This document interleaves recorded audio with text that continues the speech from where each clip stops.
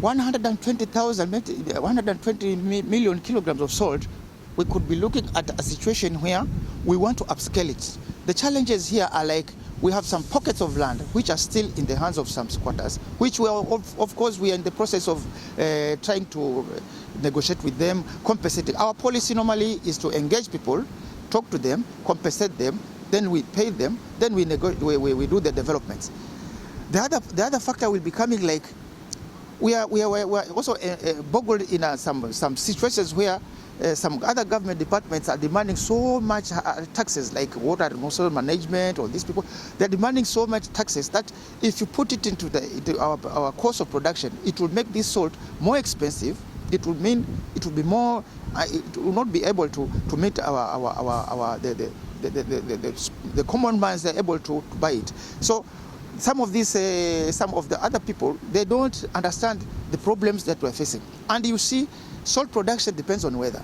Weather, we normally have weather that is almost going to favor us, like droughts. But normally when we have rain season, we find it very difficult to meet the demand.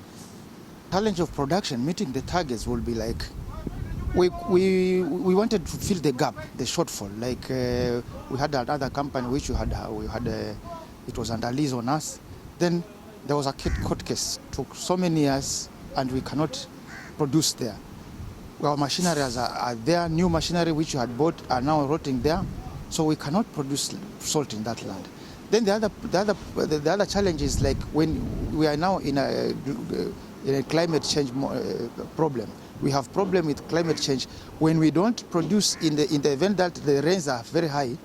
Then we are forced to import salt from very far off countries, for example, Australia, Egypt, and the cost of salt is very, very high. So importing that salt, the cost of production becomes very high, and you have to meet the demand for the whole of East Africa.